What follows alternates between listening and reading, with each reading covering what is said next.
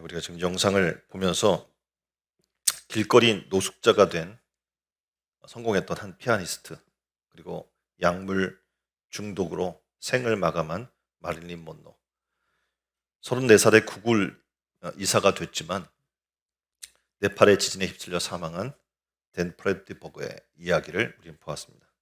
근데 우리는 이 내용을 보면서 깨닫게 돼요. 녹수자가 될 만큼 삶의 모든 순간을 마귀에게 빼앗기고 나서 딱 하나 남은 피아노 연주로 처절하게 모든, 어떻게 보면 연주를 이어가는 그 모습이 우리에게 과연 감동을 줄까?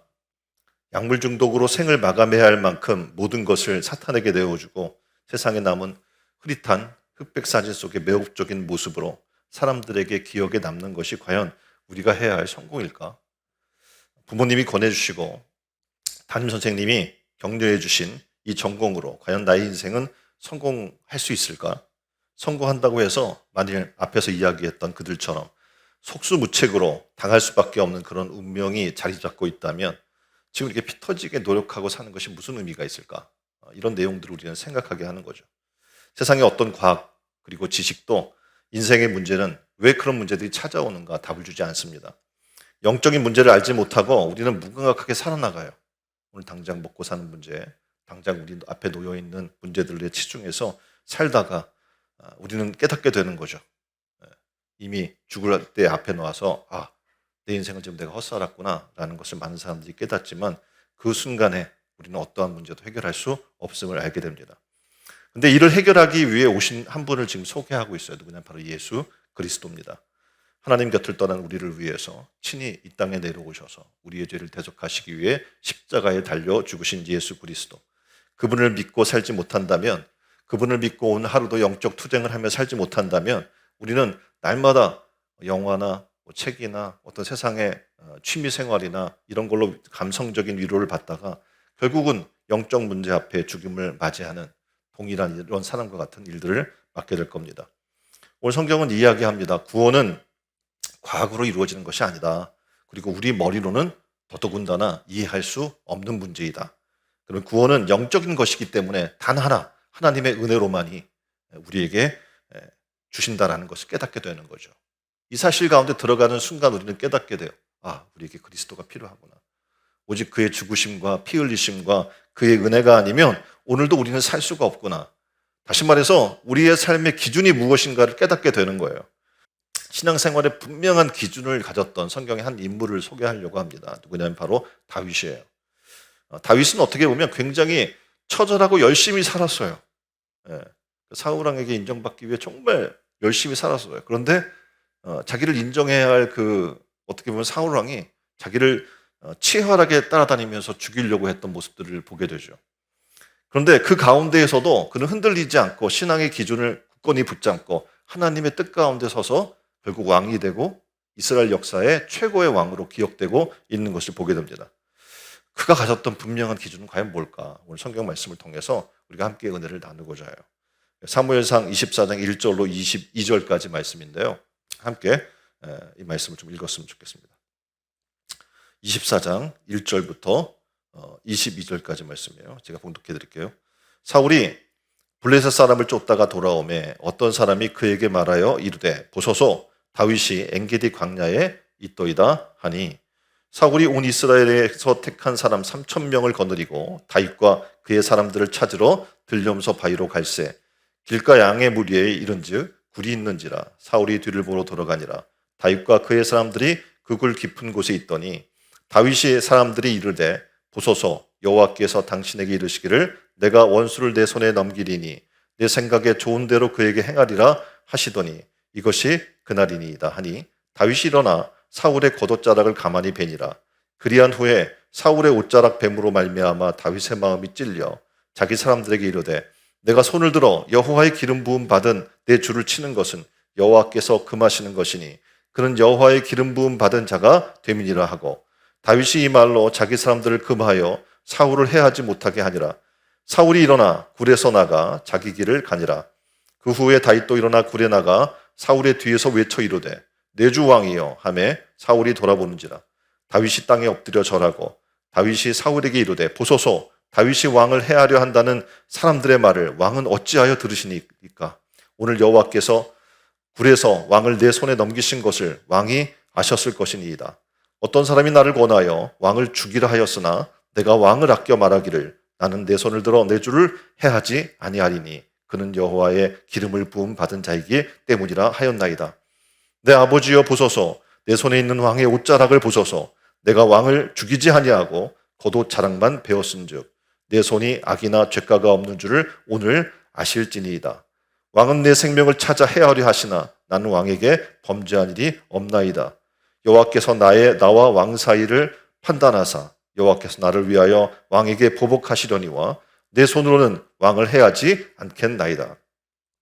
옛 속담에 말하기를 악은 악인에게서 난다 하였으나 내 손이 왕을 해하지 아니하리이다. 이스라엘 왕이 누구를 따라 나왔으며 누구의 뒤를 쫓나이까? 죽은 개나 벼룩을 쫓음이니이다.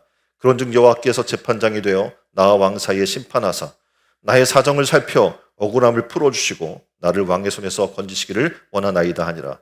다윗이 사울에게 이같이 말하기를 마침에 사울이 이르되 내 아들 다윗아 이것이 내 목소리냐 하고 소리를 높여 울며 다윗에게 이르되 나는 너를 학대하되 너는 나를 선대하니 너는 나보다 의롭도다.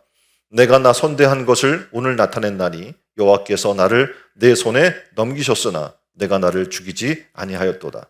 사람이 그의 원수를 만나면 그를 평안히 가게 하겠으나 내가 오늘 내게 행한 일로 말미암아 여호와께서 내게 손으로 갚으시기를 원하노라. 보라, 나는 내가 반드시 왕이 될 것을 알고 이스라엘 나라가 내 손에 견고히 설 것을 아노니 그런즉 너는 내 후손을 끊지 아니하며 내 아비의 집에서 내 이름을 멸하지 아니할 것을 이제 여호와의 이름으로 내게 맹세하라 하니라. 다윗이 사울에게 맹세하되 사울은 집으로 돌아가고 다윗과 그의 사람들은 요새로 올라가니라. 아멘. 오늘 읽은 말씀 속에 지금 말씀드렸던 지금 다윗의 이야기를 우리가 좀 살펴봤어요. 다윗은 정말 사울 왕을 만나면서 그의 길이 평탄해야 되는데 사울 왕의 질투로 말미암아 그는 도망자가 됩니다. 끝없이 유랑의 생활을 보내야 됐어요. 사울이 죽건 다윗이 죽건 둘 중에 하나가 되어야 되는 정말 힘든 상황 가운데 놓이게 된 것이죠. 다윗은 그런데 이렇게 온갖 위기의 상황을 극복합니다. 그리고 하나님의 사람으로 성경의 위대한 인물로 쓰여 있는 것을 우리는 보게 돼요. 도대체 그가 어떤 힘으로 그런 결과를 만들어냈을까요? 그것은 성경은 이렇게 얘기합니다. 변화먹고 믿을 수 있을 만한 확실한 기준이 그의 삶에 있었다는 거예요. 그리고 그것을 붙들었다는 겁니다. 그리스도인에게는 아무리 시대가 바뀌고 상황이 달라져도 흔들리지 않고 그리고 변하지 않는 절대적인 진리를 붙잡고 사는 사람들이 바로 그리스도인입니다. 그것은 바로 우리가 붙들어야 될 것은 하나님의 말씀이겠죠. 그리스도인들은 하나님의 말씀, 다시 말해서 하나님의 중심의 세계관과 말씀 중심의 가치관으로 무장해서 이 표류하는 이 세상 속의 사람들을 건져내야 될 의무를 갖고 있는 사람들인 겁니다. 다윗은요, 성경에 나오는 인물 가운데 가장 많이 언급된 사람입니다. 성경 몇 번 나왔냐면 1034번 등장을 해요. 굉장하죠. 더군다나 성경이 몇 권이에요? 66권이죠. 66권 가운데 몇 권이나 등장할 것 같아요. 다윗이 구약 사람이에요. 네? 보통 그러니까 이런 왕이나 그런 열왕기, 그렇죠? 뭐 사무엘, 역대기 이 정도에 등장하겠죠. 네, 그러면 몇 권이나 등장하겠어요? 뭐 많아봐야 6권, 7권이겠죠. 근데 놀라운 것은 성경 66권 중에서 28권에 다윗이 언급되고 있어요. 어마어마한 거예요. 장소는 66장에 걸쳐서 그에 대한 이야기가 등장을 합니다. 그만큼 어떻게 보면 하나님께서 인정한 사람이에요. 그리고 당시에 있던 이스라엘 사람들에게도 어떻게 해요? 굉장히 많이 회자된 그런 인물입니다. 하나님의 인도하심을 따라 살기를 원했던 다윗을 향한 하나님의 신뢰는 대단한 것이죠. 다윗이 신앙으로 붙들었던 기준이 과연 뭘까요? 하나님은 사울로부터 다윗을 보호하기 위해 하나님 일하십니다. 그 일 중에 하나가 그의 이스라엘의 원수였던 블레셋을 동원을 해서 다윗을 구하는 일들을 행하시는 거예요. 하나님이 이렇게 기적적으로 다윗을 구해서 10이라는 땅에서 위기를 모면하게 만들어요.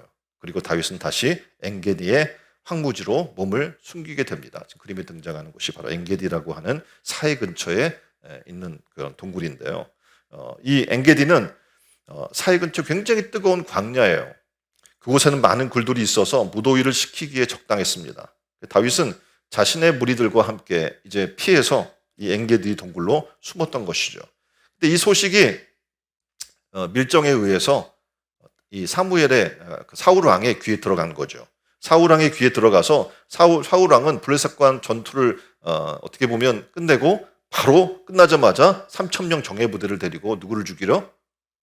다윗을 죽이러 엔게디 황무지로 달려온 거예요. 그런 내용이에요. 사울이 어떻게 보면 급한 상황이니까 지금 굴 하나를 찾아서 들어갑니다. 원래 우리의 그 한글 성경에 보게 되면 발을 가리우러라고 되어 있는데 이제 개역 개정이나 이런 성경에 보면 뒤를 보러 이렇게 등장을 하잖아요. 그래서 발을 가리운다는 말을 원어로 찾아보게 되면 뭐 사카크 다시 말해 덮다, 둘러싸다라는 뜻을 갖고 있는데 잠시 뭐 잠을 잔다는 표현도 될 수 있지만 여기 그 개역 개정에서 이야기하고 있는 것처럼 뒤를 본다, 용변을 본다라는 표현으로 사용이 됩니다. 잠깐 용변을 보기 위해 굴 속으로 들어갔어요. 근데 그 굴에 누가 있었어요? 하필이면 다윗이 숨어 있는 거예요. 근데 사람들 생각하죠. 왜 그 동굴에 들어갔는데 바로 이 발각되지 않았을까? 바깥에는 광야니까 어떻게 태양빛이 내리고 있어요. 밝은 곳에 이렇게 굴 쪽으로 들어가면 보여요, 안 보여요? 잘 보이지 않는단 말이죠. 그래서 사람을 볼 수가 없어요. 근데 동굴 안에 오래 있던 사람들은 당연히 밖에서 들어온 사람들을 바로 보이게 되겠죠. 그래서 그것을 목격해요. 뭐냐면 다윗이 비무장으로 들어와서 용변을 보기 위해 이제 옷을 벗어놓겠죠. 무장을 해제하고 있는 사울의 모습을 발견하게 됩니다. 다윗은 어떻게 보면 사울을 죽일 수 있는 절대 절호의 기회를 어떻게 보면 찾은 것이죠. 그런데 놀랍게도 이 다윗은요 전혀 다른 세상 사람과의 다른 기준을 갖고 있었음을 첫 번째 이야기하고 있어요. 뭐냐면 다윗은 기회를 따르지 않고 진리를 따랐다는 거죠. 우리의 삶도 마찬가지예요. 우리는 항상 기회가 오면 그 기회를 붙들려고 나아가려고 해요. 진리는 뒷전이에요.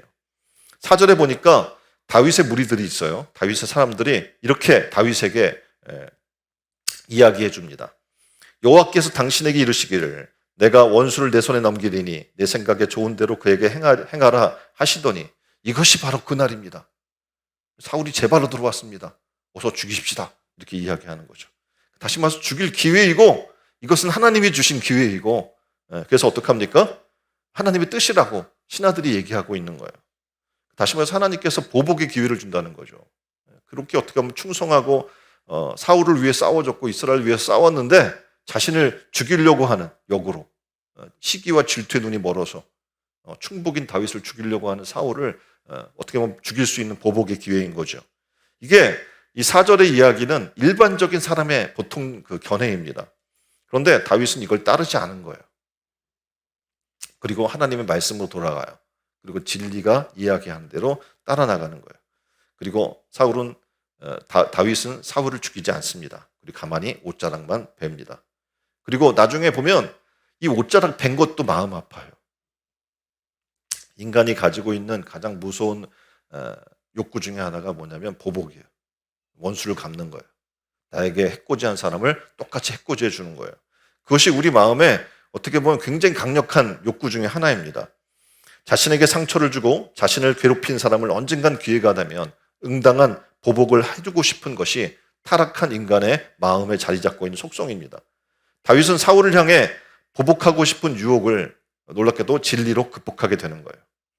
이것이 지금 말하려고 하는 신앙의 삶의 기준입니다.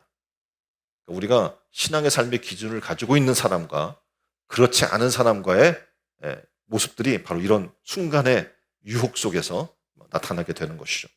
다윗은 자신을 죽이려는 다윗을 없앨 수 있었지만 그렇게 하지 않은 거예요. 도리어 사랑으로 품습니다. 우리 일반적인 마음은 그렇잖아요. 누가 나를 해코지하면 당연히 그를 해코지해야 되고 미워하는 게 너무나 당연한 건데 놀랍게도 이런 보복하고 봐라 나를 이렇게 괴롭혔는데 이번이 기회니까 너를 완전히 묵사발 내버리겠어 라고 하는 그런 기회를 가졌는데도 불구하고 그리고 충분히 그와 어떻게 보면 사울과 다윗은 지금 적대적인 관계인 거잖아요. 그럼 적이니까 제거하는 거는 아무런 명분상 문제가 되지 않습니다. 그런데 그는 하나님 말씀을 따라 살겠다고 작정했고 하다못해 들에서 양을 치면서조차도 하나님만 바라보며 시편의 내용을 보면 하나님의 뜻대로 살겠다고 계속 고백하고 있는 하나님의 마음에 합당한 사람이었기 때문에 그는 하나님 말씀이 삶의 기준이 되었던 거죠. 그래서 사울을 향한 무서운 그 보복의 마음, 미워하는 마음들을 내려놓을 수 있었던 겁니다. 3절과 4절의 말씀을 보면 이렇습니다. 길가 양에 우리의 이른즉 굴이 있는지라 사울이 발을 가리우러 들어가니라 다윗과 그의 사람들이 그 굴 깊이 깊은 곳에 있더니 다윗의 사람들이 가로되 보소서 여호와께서 당신에게 이르시기를 내가 원수를 내 손에 붙이리니 내 소견에 선한 대로 그에게 행하라 하시더니 이것이 그날이니이다. 다윗이 일어나서 사울의 옷자락을 베니라. 두 번 다시 찾아오지 않을 것 같은 기회. 근데 그 기회를 그는 내버렸어요. 사람들은 굉장히 호소력 있게 다윗을 설득하려고 합니다. 이것이 하나님이 주신 기회가 아니면 뭡니까? 지금 이 기회에 사울을 죽이지 않으면 우리는 계속 쫓겨다녀야 하고 어떤 일도 성취하지 못할 겁니다. 하나님의 주신 기회를 놓치지 마십시오. 주변에서 계속 설득해요. 이러한 사실은 다윗에게 충분히 근거와 명분이 될 수 있는 얘기처럼 들릴 수 있었어요. 왜냐하면 다윗은 하나님으로부터 기름 부음 받은 사람이에요. 그러니까 당연히 어떡합니까? 사울은 버림받았고 누가 왕이 돼야 돼요? 다윗이 왕이 돼야 되는 거예요. 이건 기회처럼 보이는 거죠. 하나님께서 사울을 버리고 다윗으로 이스라엘 왕을 세우겠다고 하는 계시와 같은 내용인 거예요. 사울을 근데 죽이면 왕위를 계승하게 되고 하나님의 뜻은 자연스럽게 이어질 수 있을 거라고 생각할 수 있습니다. 자기를 괴롭히고 죽이려고 했던 한 사람에 대해 대적하고 보복하고 있는 좋은 충분한 이유도 됩니다. 그래서 어떻게 보면 정당 방위가 되는 거예요. 나를 죽이려고 하잖아, 상대방이. 근데 내가 대적해서 그를 제거하는 건 정당 방위입니다. 그런데 다윗은 이런 실리, 명분, 자신의 감정에 대한 호소에 대한 부분들 이런 것들을 자의적으로 해석하지 않고 오직 하나님의 사람으로 하나님의 진리로 모든 상황을 판단하고 그 기준으로 결정하고 나아갔던 거예요. 6절의 말씀을 읽겠습니다. 자기 사람들에게 이르되 내가 손을 들어 여호와의 기름 부음 받은 자를 내 주를 친 것은 내 여호와의 금하시는 것이니 그는 여호와의 기름 부음 받은 자가 됨이라. 그래서 다윗이 사울을 죽이지 않은 이유를 설명하고 있는 겁니다. 하나님의 기름 부음 받은 사람이고 그 사람을 내가 치는 것은 합당치 않다는 겁니다. 어떠한 명분이나 어떠한 기회나 어떠한 합리화가 있을 수 있지만 그것은 합당치 않다. 하나님의 뜻이 아니다라고 이야기한 거예요. 다시 말해서 원수 갚는 것은 하나님께 속한 거라는 거예요. 그러니까 우리가 저 사람이 원수라고 해서 내가 죽일 대상이 아닌 거예요. 하나님이 심판하시는 것이지. 내려놓게 되면 우리는 신앙의 삶을 살 수 있지만 그걸 내려놓지 못하면 인간의 기준으로 살려고 하면 신앙의 삶이 사라지지 않는 겁니다. 세상의 성공 철학은 모두 다 기회를 이용하라고 해요. 기회가 있을 때 잡아야죠. 교회는 언제든지 다닐 수 있으니까. 기회가 있을 때 언제든지 잡아야죠. 그렇죠? 네? 신앙생활은 또 나중에도 할 수 있으니까. 존 F 케네디는 중국인은 위기를 두 글자로 쓴다고 얘기합니다. 하나는 위험이고 하나는 기회다. 그래서 위기 속에서는 위험을 경계하되 기회가 있음을 명심하라 라고 얘기를 합니다. 세상 사람들은 기회가 있으면 잡으라는 거예요. 어떠한 위기라도 그걸 기회로 바꿔서 잡으라고 얘기해요. 그런데 성경은 그렇게 얘기하지 않아요. 모든 기회가 다 하나님이 주신 기회가 아니라는 거죠. 이 사실을 잊지 못하면 어떡합니까? 아마 다윗은 사울을 죽였을 것이고 성경에서 말하는 그런 인물이 되지 못했을 거예요. 잠언 14장 12절에 어떤 길은 사람의 보기에 바르나 필경은 사망의 길이라. 사람의 보는 눈과 하나님이 보는 눈이 다른데요. 사람이 볼 때 야 이건 좋은 길이야 라고 얘기할 수 있는 길이 있을지 모르지만 하나님 보시기에 그것은 사망의 길일 수 있다는 겁니다. 우리가 지금 넓은 길이 있으면 당연히 넓은 길이 좋잖아요. 성경은 전혀 이상한 얘기를 좁은 길로 가라요. 험난한 길로 가라요. 우리 보기엔 좋지 않아요. 넓은 길은 좋아 보여. 그러나 필경 사망의 길이고 좁은 길은 좋지 않아 보입니다. 근데 그것은 생명의 길인 거예요. 하나님께서 말씀한 기준으로 살지 아니하면 우리는 늘 넓은 길을 선택할 수밖에 없는 겁니다. 성경은 4절 앞부분 이렇게 얘기해요. 여호와께서 내가 내 원수를 내 손에 넘기리니 내 생각에 좋은 대로 그에게 행하라. 하나님 말씀을 인용해서 어떻게 보면 다윗 사람들이 얘기해 주는 거예요, 다윗에게. 그런데 하나님 말씀을 이용해서 지금 기회에 하나님이 주신 것이라고 그것을 맞춰서 합리화시킨 건데 하나님은 그렇게 말씀하신 적이 없거든요. 다윗 사람들이 사울이 다윗을 핍박하고 그리고 이 상황이 굉장히 어렵잖아요. 그리고 다윗이 기름 부음 받은 사람이에요. 그래서 이 사실을 근거로 해서 성경 말씀 하나 띄어다가 거기다 맞춰서 자의적으로 해석해 내고 있는 상황인 겁니다. 다윗의 사람들은 생각했어요. 두 번 다시 찾아올 수 없는 기회. 놓치면 안 될 기회. 하나님 말씀을 기억하지 못해요. 단지 이 순간에 우리의 원수 같은 존재를 없애서 우리가 좀 자유함을 얻자. 좀 더 빨리 왕이 되게 하자라고 한 생각밖에 없는 거죠. 우리도 그렇습니다. 우리가 자주 범하는 잘못 중에 하나가 바로 이거예요. 어떻게 보면 하나님 말씀 자꾸 왜곡하는 거죠. 우리가 처한 상황에 맞추기 위해 하나님 말씀을 추론해내는 겁니다. 자기 합리화의 도구로 하나님의 말씀을 이용하거나 자기 주장을 정당화시키기 위해서 하나님의 뜻을 들먹이는 일들이 우리가 굉장히 많은 겁니다. 성도님들 가운데도 많아요. 어떻게 하시려고 해요?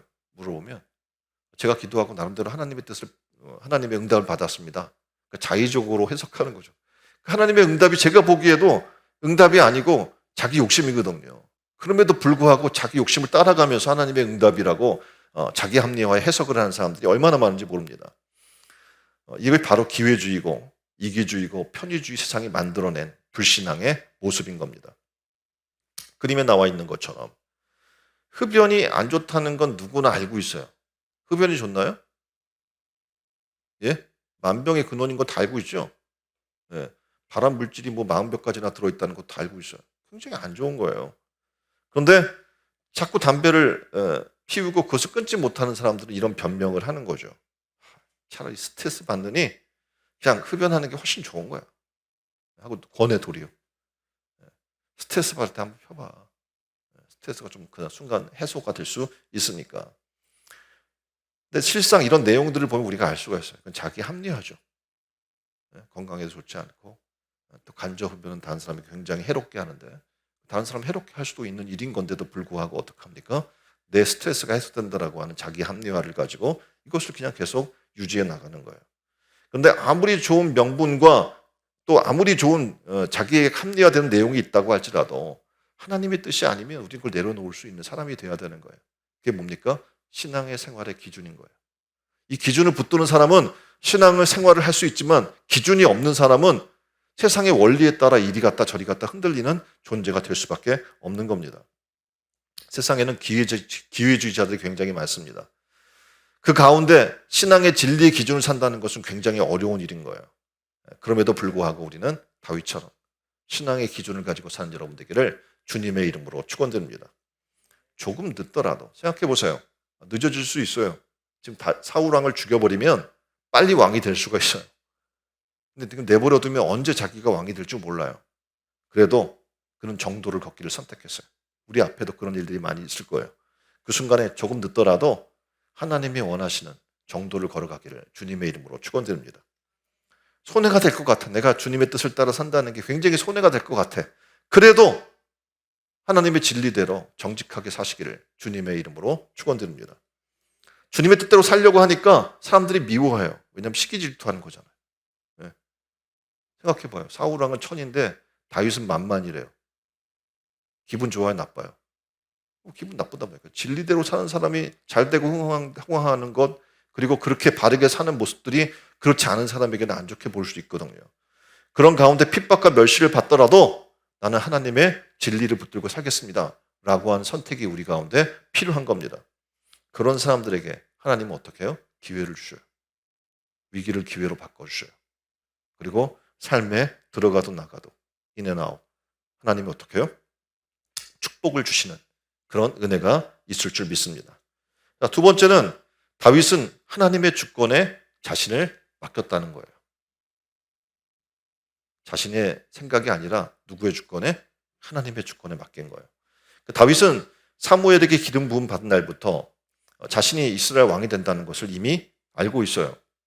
그렇지만 성급하게 서두르지 않는 거예요. 왜냐하면 왕이 되고 안 되고의 문제는 누구의 뜻이에요? 하나님의 뜻이라는 것을 알고 있었기 때문에 그래요.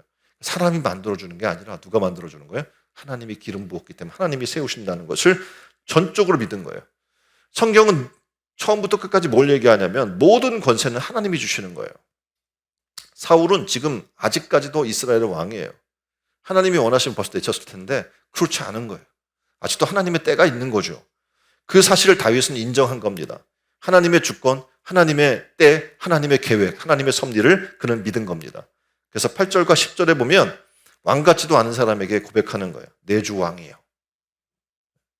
그러니까 다윗에게 사울은 여전히 받들어야 할 왕이고 임금인 겁니다. 다윗은 사울의 신하인 겁니다. 그래서 하나님이 세우신 질서 앞에 순종할 때 놀랍게도 하나님이 어떻게 해요? 그를 왕으로 세우시는 계획을 진행시켜 나갔던 거예요. 만일 교만하게 자기 뜻대로 자기가 자기 힘으로 왕이 되려고 했으면 하나님은 그를 왕으로 세우지 않았을 겁니다. 하나님께서는 귀하게 쓰시는 인물들을 보면 늘 자기 위치를 지킬 줄 아는 자리예요. 그래서 하나님의 주권과 또 그의 지으신 피조물로서의 자기의 위치를 잘 아는 거죠. 다윗은 하나님께서 아직 자신에게 왕을 허락하지 않았기 때문에 왕의 자리를 넘보지 않습니다. 탐내지 않습니다. 그리고 신하된 도리를 다합니다. 어떻게 보면 우리가 잘 안 되는 가장 큰 이유 중에 하나가 뭐냐면 자기 위치를 망각할 때입니다. 아담과 하와가 무너진 이유가 뭡니까? 하나님처럼 될 수 있다는 뱀의 유혹에 넘어가는 거죠. 그러니까 자신의 위치를 망각한 거예요. 자기가 어떻게 하나님처럼 돼요? 피조물이. 그렇죠? 자기의 위치를 망각하는 순간 무너져 버리는 거예요. 타락하는 거예요. 그리고 어떡합니까? 정령 죽으리라고 하는 저주 가운데 들어가게 되는 거죠. 여러분이 알고 있는 바벨탑 사건도 있습니다. 인간이 자신의 위치를 망각하고 하나님처럼 높아지려고 할 때 어떻게 해요? 하나님이 치시는 거죠. 그래서 언어를 다르게 만들고 뿔뿔이 흩어지게 만들었던 것을 보게 됩니다. 12절을 읽습니다. 여호와께서는 나와 왕 사이를 판단하사 나를 위하여 왕에게 보복하시려니와 내 손으로는 왕을 해하지 않겠나이다. 하나님이 하실 것이지 저는 하지 않습니다. 다른 사람들이 뭐라고 충언을 해봐. 저 다윗이 와서 당신을 쳐버리고 바로 왕이 될 거니까 빨리 먼저 제거하는 게 성공하는 게 유리한 겁니다. 라고 사람들이 충언할지라도 저는 그런 적 없습니다. 그런 마음도 없습니다. 왕이여 이해하소서라고 얘기하는 거죠. 19절 보니까 그런즉 여호와께서 재판장이 되어 나와 왕 사이에 판결하사 나의 사정을 살펴 신원하시고 나를 왕의 손에서 건지시기를 원하나이다. 다윗은 자신의 판단대로 왜 당신은 내가 이렇게 했는데 나한테 이렇게 꼬지를 합니까? 라고 사울 왕을 정죄하거나 비난하거나 판단하지 않습니다. 오직 하나님이 재판관이시고 심판관이시기 때문에 하나님께서 하실 것입니다. 라고 하나님의 주권을 철저히 인정하는 삶을 산 거죠. 그래서 그는 악을 악으로 선을 선으로 내가 하는 것이 아니라 누가? 하나님이 갚으신다는 것을 그는 고백하는 거예요. 다윗은 시편 37편 7절에서 또 이렇게 고백해요. 여호와 앞에서 잠잠하고 참아 기다리라. 자기 길이 형통하며 악한 꾀를 이루는 자를 인하여 불평하지 말지니라. 신앙생활을 해요. 교회에 와요. 어떤 똑같은 직분을 갖고 있는데 어떤 사람은 일하고 어떤 사람은 일하지 않고 어떤 사람은 정말 죽어라고 와서 헌신하고 희생하고 어떤 사람은 어떻게 해요? 구경만 하고 받아먹기만 해요. 그럼 어떻게 해요? 불평이 나와요. 왜 나만 저 인간은 뭐하고 하고 불평과 원망이 나오는 순간 우리는 어떻게 문제가 발생하는 거예요. 근데 그건 다 하나님이 심판하실 거거든요. 내가 잘했으면 잘했다 칭찬받고 상급받을 것이고 저 사람이 잘못했으면 어떻게 해요? 악하고 게으른 종하고 하나님이 심판하실 거예요. 여러분이 손가락질하고 판단할 일이 아니란 말인 거예요. 그걸 하면 어떻게 여러분도 같이 심판의 자리에 서게 되는 겁니다. 그래서 다윗은 철저히 하나님의 기준으로 산 거예요. 주권은 재판관은 하나님이시고 심판하신도 하나님이기 때문에 저는 죄를 범하지 않겠습니다. 남을 정죄하거나 판단하거나 그 무리에 끼지 않겠습니다. 라고 얘기하는 거예요. 결코 죄악이 정당화될 수는 없어요. 지금 당장 가라지가 맘대로 자라고 양틈에 염소가 숨어 있을 수도 있어요. 근데 하나님은 은혜 하나님이에요. 그래서 결국 어떻게 해요? 염소를 다 찾아내서 뽑아낼 것이고 또 이 잡초나 가라지를 어떻게 해요? 뽑으실 거예요. 근데 그걸 뽑는 게 아니라 알곡을 뽑고 가라지는 남겨서 불에 태우게 되는 그런 일들에 대해서 얘기하고 계십니다. 그래서 우리는 하나님의 진리를 따랐던 다윗과 같은 선택을 하기를 바랍니다. 그래서 오늘 내가 판단하고 정죄하고 내가 주권자가 되어서 이렇게 저렇게 생각하는 그런 과오를 범하지 마시길 바랍니다. 그리고 오직 어떻게 해요? 하나님의 손에 맡기세요. 하나님이 하실 일이 있고 우리가 할 일이 있어요. 우리는 그의 피조물이고 우리는 그의 종이에요. 그래서 어떻게 해요? 그 뜻대로 순종하고 살아나가면 하나님이 나중에 다 갚아 주실 줄 믿습니다. 세 번째, 다윗은요, 인간 관계에서도 기준이 분명한 사람이었어요. 우리가 지금 어떤 기준을 가지고 살아야 될지를 지금 말씀드리고 있는 겁니다. 아무리 생각해봐요. 다윗이 자기가 기준을 세우고 원리를 세우고 갈지라도 함께한 사람들이 따라주지 않는다면 그냥 공허한 아마 기준이 되고 말 겁니다. 그래서 어떻게 보면 다윗이 얘기하면 그 다윗과 함께한 사람들이 막 다윗을 설득하려고 했지만 기준이 분명한데 놀랍게도 어떻게 사람들이 생각이 달라도 다윗의 뜻을 따라주는 거예요. 왜냐하면 어떻게 보면 다윗이 답답해 보일 수 있어요. 빨리 죽여버리고 빨리빨리 처리하고 빨리빨리 나가지 이렇게 시간 질질 끌리고 저 사울이 지금은 뭐 피해갈지 모르지만 또 죽이러 올 거란 말이에요. 가만 내버려 두세요. 이렇게 아마 조언을 했을 거예요. 그러니까 그런 선택을 한 다윗이 아마 되게 답답할 수 있어요. 근데 놀랍게도 어떻게 해요? 이 사람들은요. 다윗이 정한 하나님의 기준을 따르는 거예요. 다. 그러니까 그가 세워갈 나라가 보이는 거 아닙니까? 하나님의 기준에 순복하는 하나님의 사람들의 모임. 다윗을 따르는 400명의 사람들은요, 굉장히 불우한 인생을 사는 사람들이었어요. 그런데 그들을 끝까지 의리를 가지고 아무리 쫓기고 어려운 상황에도 그들을 먹이고 함께 하는 거예요. 다윗이. 그리고 다윗은 12지파에 속한 모든 백성에게 존경받을 정도로 인간관계가 좋은 거예요. 생각해 보세요. 웬만한 사람이면 누가 이런 상황에서 사울을 죽이지 않겠습니까? 근데 그는 배신하지 않은 거예요. 그는 끝까지 신하가 되어서 그를 섬기고 인간관계의 그 의리를 끝까지 지키는 것을 보게 돼요.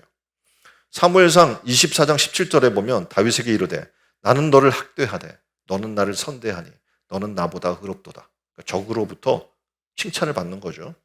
내가 나를 선대한 것을 오늘 네가 나타냈다. 여호와께서 나를 내 손에 붙이셨으나 내가 나를 죽이지 아니하였도다. 라고 이야기하면서 지금 다윗을 칭송해줘요. 죽이려 갔던 사울이. 더군다나 그의 아들과의 관계를 보면 더 황당합니다. 왜냐하면 자기를 계속 핍박하는 사람의 아들이에요. 그럼 친해질 수 있어요? 없어요? 친해지기 굉장히 힘든 거거든요. 근데 요나단과 다윗의 우정은 대단해요. 그들은 보면 서로가 생명같이 사랑했다 이렇게 얘기를 해요. 왜냐하면 그들 사이에 하나님이 계셨기 때문에 확고한 믿음이 있었기 때문에 아버지가 그렇게 핍박을 한다고 하더라도 그들의 관계를 깰 수가 없었던 겁니다. 이렇게 하나님의 뜻을 따라 살려고 하는 사람들은요, 신실한 믿음 가운데 하나가 되는 거예요. 바로 그게 누구냐면 그리스도인이에요. 바로 우리 그리스도인입니다. 그리스도인은 예수님처럼 사는 사람이에요. 원수도 사랑하고 또 자기를 따르고 계속 불평하고 원망하고 믿지 못하고 그런 사람들을 끝까지 사랑하시면서 나아갔던 예수 그리스도. 오늘 세상은 우리에게 온갖 기회를 제공한다고 얘기하면서 온갖 편의주의와 실용주의, 효용주의를 가지고 나가요. 그러면서 어떻게 해요? 하나님의 기준을 무너뜨리려고 해요. 그럴 때 우리는 하나님의 기준을 다시 붙들어야 됩니다. 말씀으로 돌아가야 되는 거예요. 그때 어떡합니까? 우리는 진리 가운데 설 수 있고 세상에 잠깐 있다 사라져버린 세상의 삶이 아니라 영생의 삶을 누릴 수 있는 놀라운 은혜가 우리 가운데 있게 되는 겁니다. 세상에 넘어지지 마십시오. 세상의 유혹과 타협하지 마십시오. 그리고 하나님의 모든 일들을 하나님의 주권에 맡기십시오. 그리고 하나님의 진리에 따라 사는 여러분 되기를 주님의 이름으로 축원드립니다. 오늘 다윗을 얘기했는데 다윗처럼 사는 게 그렇게 쉽지 않아요. 청년에도 좀 찬양했죠. 다윗처럼. 다윗처럼. 그런 세상의 것들에 구애받지 않고 자유롭게 주님을 찬양할 거야. 막 이렇게 찬양을 했잖아요. 다윗처럼 그렇게 산다는 건 쉽지 않아요. 그렇지만 어떡합니까? 하나님 백성이라면 그 방법을 선택해야 돼요. 하나님의 기준 안에 서야 돼요. 다른 사람들이 다 효율적인 방법이라고 당신에게 유리하다고 빨리 가는 방법이라고 여러분에게 막 여러분을 밀어붙일 때 여러분은 하나님의 말씀의 기준에 서서 그 말씀의 기준을 따라갈 수 있는 믿음의 사람이 되기를 주님의 이름으로 축원드립니다. 하나님의 나라 방법은 바로 이런 거예요. 저는 어떻게 보면 다윗처럼 분명한 기준을 살기 위해 굉장히 노력합니다. 저도 굉장히 유혹이 많아요. 교회 새로운 사람들이 오거나 하면 빨리 학습을 주고 세례를 주고 입교식을 해서 빨리빨리 교인으로 만들고 숫자 늘리면 좋지 않겠습니까? 라고 하지만 저는 그 방법 선택하지 않습니다. 그렇게 받아서 뭐 합니까? 그렇죠? 주일 성수 제대로 못하고 11조 생활도 못하고 봉사와 헌신 생활도 못하고 하나님이 누구인지도 제대로 믿음의 고백과 신앙의 삶의 고백도 없는 사람들에게 시간만 흘러간다고 그에게 준다고 뭐가 달라지겠어요? 그렇게 직분도 줘보고 그렇게 해봐야 아무 소용이 없는 거예요. 오늘 우리는 하나님의 방법을 선택해야 돼요. 그래서 그 기준에 맞게 살아나가야 되는 거예요. 여러분이 아시는 것처럼 우리 교회는 세례만 받아도 직분자를 그냥 바로 줄 수 있을 정도로의 그런 기본기를 우리는 다져요. 그게 안 돼 있으면 생각해 보세요. 거듭만 나면 그 사람은 세상과 다른 거예요. 그리고 파워풀한 사람이 돼 있는 거예요, 이미. 그렇잖아요. 육으로는 죽고 영으로 산 사람이 됐으니 이건 대단한 사람 아닌 겁니다. 대단한 사람이잖아요. 그러니까 다시 말해서 세례 받았다는 거 어마어마한 사람인 거거든요. 오늘날 한국 교회에 그런 사람 찾아보기가 쉽지 않은 거예요. 세례 받고 집사가 되고 권사가 돼도 여전히 세상과 하나님 사이에서 갈팡질팡하고 있는 사람이 대다수거든요. 저는 바라기는 거듭났으면 거듭난 사람이 됐으면 좋겠는 거예요. 하나님 믿는다고 얘기했으면 육으로 죽고 영으로 사겠다고 했으면 그런 각오로 살아야 될 거 아닙니까? 오늘 우리는 이제 다윗처럼 분명한 기준을 가지고 나아갔으면 좋겠습니다. 그래서 엔게디 황부지 그 굴에서 나온 사울은 다윗의 외치는 말을 듣고 감동하며 울면서 사울 왕이 자기의 잘못을 고백합니다.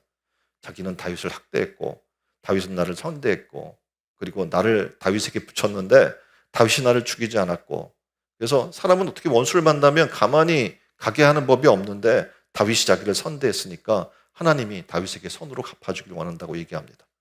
그리고 다윗이 왕이 될 거를 믿는다고 얘기하고 왕이 되면 자기 집과 후손을 변하지 말아달라고까지 부탁을 해요. 어떻게 보면 대단히 변화된 것 같잖아요. 고백을 했으니까. 그렇죠? 완전 달라진 사람이 된 거예요. 이런 고백을 했으니 따라오다가 그럼 돌아가 버려요. 그런데 지금 이 시점에서 사울 왕의 심리 변화는요. 근본적 변화가 아니었어요.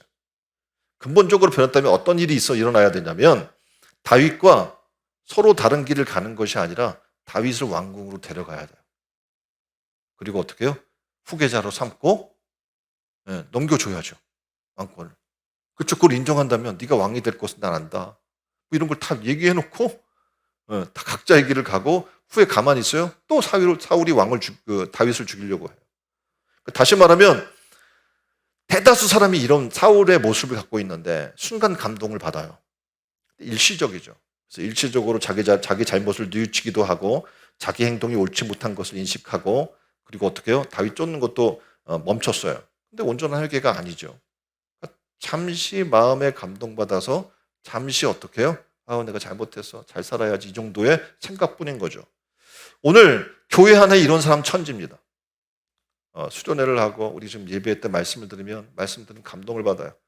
내가 잘못했어. 회개해야지. 잘 살아야지. 작정하고 돌아가서 그렇게 살아요? 사는 사람이 별로 없는 거예요. 누굽니까? 사울왕 같은 거예요. 근본적 변화가 일어나지 않죠. 그 사람은 다시 말해서 예수의 사람이 될 수 없는 거예요. 나는 죽고 이제 어떻게 해요? 예수로 사는 삶이 시작돼야 그는 그리스도인인 거예요. 거듭났다고 얘기하는 거예요. 다윗처럼 원리를 세우고 실천하는 그리스도인이 되길 바랍니다. 마음의 감동 수준에 머물러서 또 감동받고 뉘우치지만 또다시 그 자리로 돌아가고 개가 먹고 토하고 다시 또 그걸 주워 먹는 그런 반복된 삶이 아니라 끊어버리는 진실된 삶이 있기를 주님의 이름으로 축원드립니다. 당연히 지금 어떻게 보면 뭐 가을이 되거나 일반적으로 뭐 독서의 계절 이렇게 얘기하면서 책을 읽고자 해요. 책을 읽고 감동받고 영화를 보고 감동받고 좋은 음악을 듣고 감동받고 그러기를 원하죠. 그거에 감동받고 그냥 눈물 흘리고 거기서 끝나면 무슨 소용이 있어요? 아무 소용이 없단 말이에요. 근본적 변화가 일어나야 돼요. 세상은 순간 감동을 줄 수 있어요. 근데 변화시키지 않지만 하나님의 진리는 우리를 변화시켜야만 하는 거예요. 그래서 여러분 진리를 받았다면 결단이 있어야 되는 거예요. 이전은 어떻게 해요? 보라. 고린도후서 5장 17절. 누구든지 그리스도 안에 있으면 새로운 피조물이라. 이전 것은 지나갔으니 보라 새 것이 되었도다. 이 일이 우리 가운데 일어나기를 주님의 이름으로 축원드립니다. 다윗처럼 분명한 기준을 가지고 상황을 이길 수 있으려면 그 진리에 헌신하려는 큰 믿음이 필요한 거예요. 그 진리에 순종하기 위해서는 다른 어떤 가치와도 바꾸지 않으려고 하는 확신이 필요한 겁니다. 세상에 좋은 것들이 계속 세상으로 들어가서 활동하다가 보면요, 좋은 것들이 너무 많아요. 육신이 막 끌려요, 거기에. 그렇죠? 마음도 끌리고 생각도 끌리고 이렇게 살고 싶어, 편하게 살고 싶어, 이렇게 육신의 낙을 누리며 살고 싶어 하는 마음이 막 밀려오는 거예요. 그런데 하나님의 진리는 그렇지 않거든요. 풀은 마르고 꽃은 시드나 하나님 말씀은 영원하다고 얘기하고 있는 거예요. 그래요. 꽃도 아무리 아름다워도 잠깐 폈다가 지는 거예요. 우리 인생이 그럴 것을 깨달으라는 거예요. 그리고 어떻게 해요? 영원한 진리의 말씀을 붙들라고 얘기해 주고 있습니다. 이제 우리는 닭과 같은 분명한 신앙의 기준으로 세상을 이기는 삶을 살아나가는 신촌운동교회 성도들이 다 되기를 주님의 이름으로 축원드립니다. 우리 함께 기도했으면 좋겠습니다.